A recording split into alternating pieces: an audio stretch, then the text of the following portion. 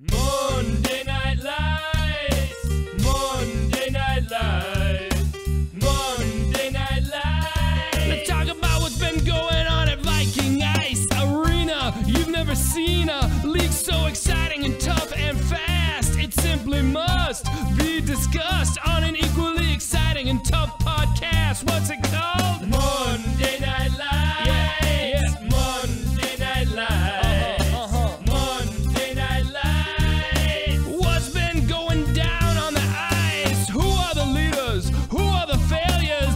The Tigers, the Nordiques, the Whalers, the Seals, the Americans, the North Stars. Who's gonna stall? Who will go far and earn the keg? Who's gonna earn the keg? We'll find out in time. Give us a holler on the whoop line.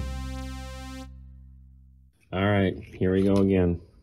Remember Don Cherry had blue? Well, I got Lola. Lola came to the office with me today. She's going to help with the preview. She's getting cozy. But here we are. Got my work email, little youth hockey scouting report for the playoffs, MNL website, a little real estate, a little bit of everything. But we're on to Stanley Keg Finals. So, I recorded this thing with like the camera set up, but then the low battery light went on and then I didn't know it and it all got deleted, so I'm not messing with that again. So unfortunately there would be no video of me using my hands to talk, but nevertheless, also this is going to be, informative. I'd love to see Busta or Charles or someone do something witty, but this is my podcast breakdown of the finals. So starting out, how did we get here? Okay, so Tigers obviously made blockbuster news with the trade. They traded Trent to the North Stars. Early returns on that trade was that, the North Stars fleeced them, this and that. Obviously, the North Stars are home and the Tigers are in the finals. So the moral of the story, too, is that teams that trade usually, can help both teams. Doesn't have to be, one-sided. And there's been North Stars have made trade with the Nordiques, and both teams made it to the Stanley Keg Finals. Okay, so and this year, Tigers and the North Stars were both stuck in the mud, going nowhere. Before the trade, they made the trade. Tigers in the Keg Finals. North Stars won 6 in a row. So, trades can be made in MNL, and they can benefit both teams. But the Tigers come in red hot. They're definitely the hotter of the two teams. They swept the Nordiques. They beat the Maroons in the wild card, and they did it all in convincing fashion. There's no fluke about any of it. It was destruction. I remember watching the first period of the Tigers-Deeks game 1, and really not even the first period, the first shift. Just from the first shift on, the Tigers just dominated that, and it's like Deeks couldn't do anything, and nothing changed for 6 periods. So now that the Deeks are done, I would like to just point out, I'm not going to use the word fraud because that has a negative connotation to it, but the Nordiques were overachievers all year. It really, when the draft results came out, I picked them to be the team, in my mind, that might miss the playoffs. I just didn't think they had any depth. And I think I was right about that. After Slick Rick and Antioch, there's just no scoring on that team. Dave P., nice little hustler, can't score. Cone, where the Deeks drafted him, it's just, if Cone can be your third forward on a line, then he's going to go bonkers, right? So if you have a line with like Slick Rick, Dave P., and then Cone's your bonus big man, Cone's going to disrupt the goalie, bang in rebounds, do all sorts of good stuff. But if your line is Antioch, Cone, and Justin Wright, and Cone's got to be that second player to carry the play through the neutral zone, just not going to work. So I just think the Deeks were, carried by Slick Rick and Pongrazi all year. the Tigers just made mincemeat of them. It was just complete domination. So, sorry, that was a long tangent. I didn't mean to turn this into Trash the Deeks, but I like, and I've really enjoyed Pengrazi's company, on the party deck the last couple weeks. So, and he was great. Pengrazi and Slick Rick were great. It really proves how great those two were to drag that team all the way into a first place finish, So, cheers to the Deeks. But the Tigers just crunched them. On the other side, the Americans are the opposite. So I put on my notes, and I think I put it in like the last power rankings or something, but as gutsy as it gets. So I don't know who made that. I'm pretty sure it's Jim Nance. I can't remember what he's talking about. It's gutsy as it gets. I don't know. I'll have to Google that. But the Americans, nothing has come easy. Nothing has looked pretty. All season they've been just kind of an average team, just unimpressive all the way through. But here they are in the Stanley Keg Finals. So they come in having beat the North Stars in the wild card in a 10-round shootout. They swept the Whalers, but I believe the final score was 2-1 in both of those games. Rutkowski was back-to-back OT winners. So there's nothing pretty about this bunch, but they just get it done. And they've gotten contributions up and down the line, mostly from Rutkowski and Gumma. Proctor has been pretty much, I don't want to say a non-factor because he creates a lot of attention.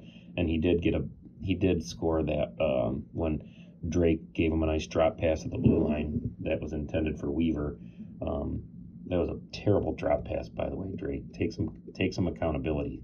You don't drop a grenade on your defenseman after you've been circling the zone, and then with Proctor just waiting for it and then blame it on your defenseman. So that was a terrible goal.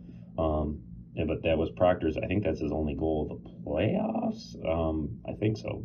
But the Americans have been doing it with smoke and mirrors and Johnny G. So, but here they are. Season series was 2-1 for the Americans. It was 1-1, and then after the trade, it was the Tigers' first game after the trade, and MNL.com tells me that it was a 5-4 win for the Americans, which seems extremely high scoring. I don't expect that to be the way this series plays out. I don't expect it to be a high scoring affair. That was the first time after the trade, working some things out. Who knows? Maybe Johnny G wasn't there that night. Who knows? But coming into the finals, I think that the Tigers are the hotter team. But does that mean anything? Probably not. As soon as that puck drops, we'll see what happens. But comparing the lines, line 1 for the Tigers has been Skillman, Fem, and Pellet.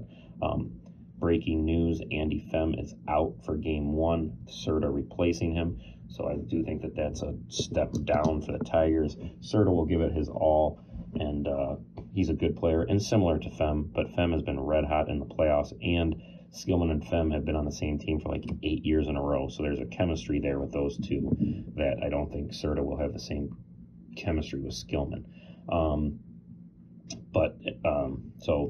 And then Pellet's like, when I was talking with Cone, Pellet's a similar player.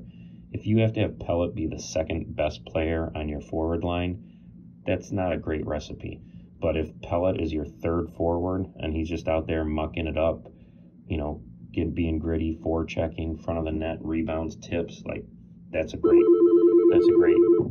recipe. So I think that's a very strong line 1. The Americans have been rolling out Proctor, flanked by Ty and Myers. So Ty's had a very nice year for what he is, but he's not going to be carrying the puck through the neutral zone. Myers had a huge goal against the North Stars.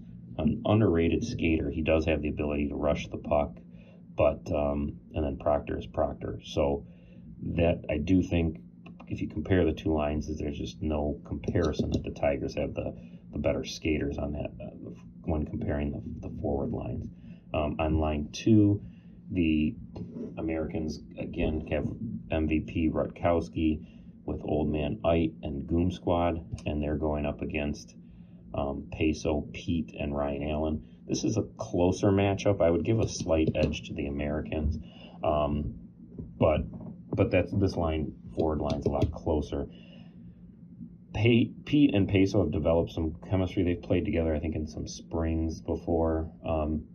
Works out well. Pete is a north-south player, not super duper creative, but he does take hard slap shots off the pads, and Peso's been good at, banging and rebounds, being in position. Pete can drive the net and create space for Peso to do his patented move that he does every single game, and somehow these defensemen pretend like they've never seen it before. It's like, oh, here comes Peso down the left wing, right-hand shot. I wonder if he's going to cut to the middle. Oh, my God, he cut to the middle. It's crazy how it still works a decent amount of time, but hey, it does.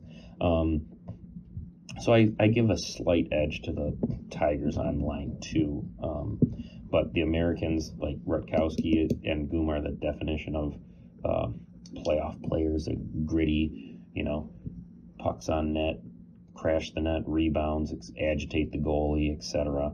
And old man Ike, is a smooth skater, back check, hustle. So you have to earn everything against that line. So that should be a pretty good matchup.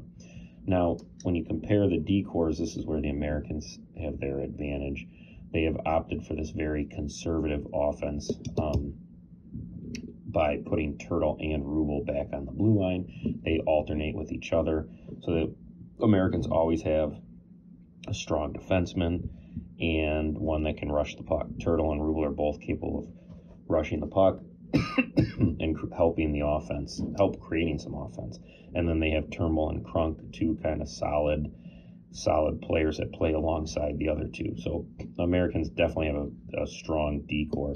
The Tigers answer with Brandt and Eric Lapoudre, and they're supported by Bauer and Gibb. So similar in the sense that Brandt and Eric Lapoudre, they're stronger guys, and then Bauer and Gibb are the complementary, grit guys.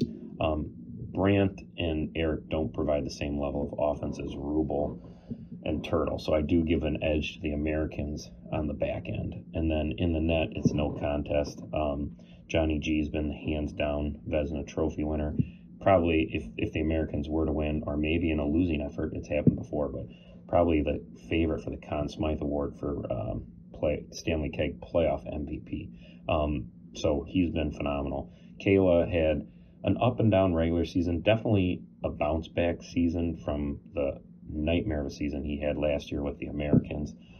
He came into training camp motivated. He told me on draft day that he was, in shape this year and dedicated to playing better, and he did.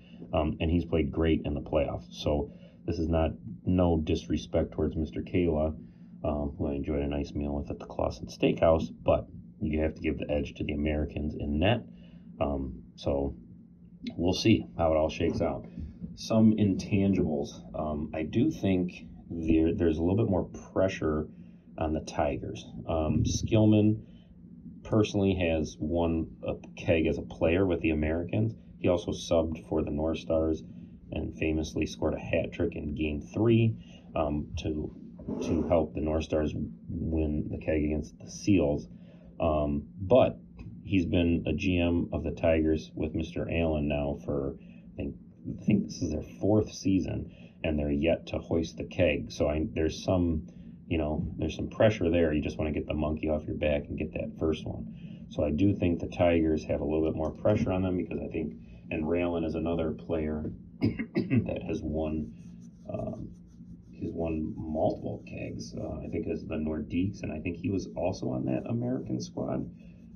Or maybe not. Maybe he might have even been on year 1 Seals. I can't quite remember, but Ryan Allen definitely has multiple kegs, but not as a GM. So I think there's some pressure there.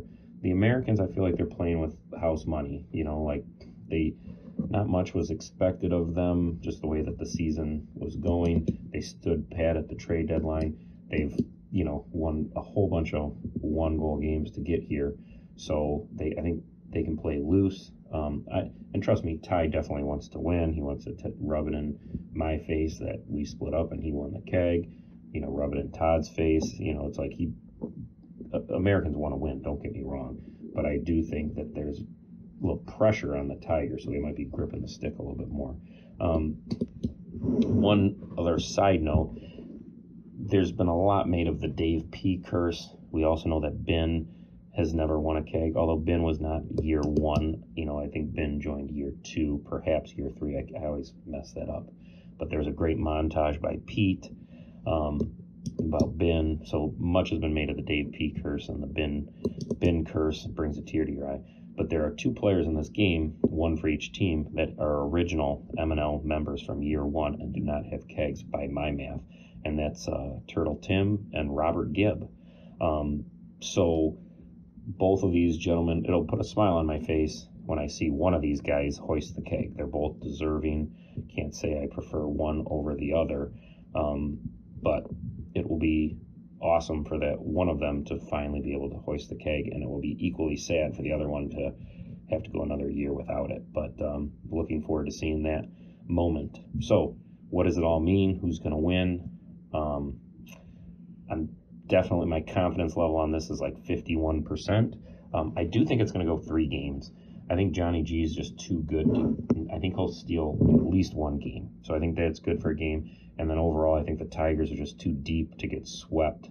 They've been playing too good. So I do expect this series to go 3 games. And I'm going to go Tigers in game 3 with a 3-2 victory is my official prediction. But looking forward to it. And that is your Stanley Keg preview. See if Lola liked it. Ooh, I'm going to put Lola right to sleep.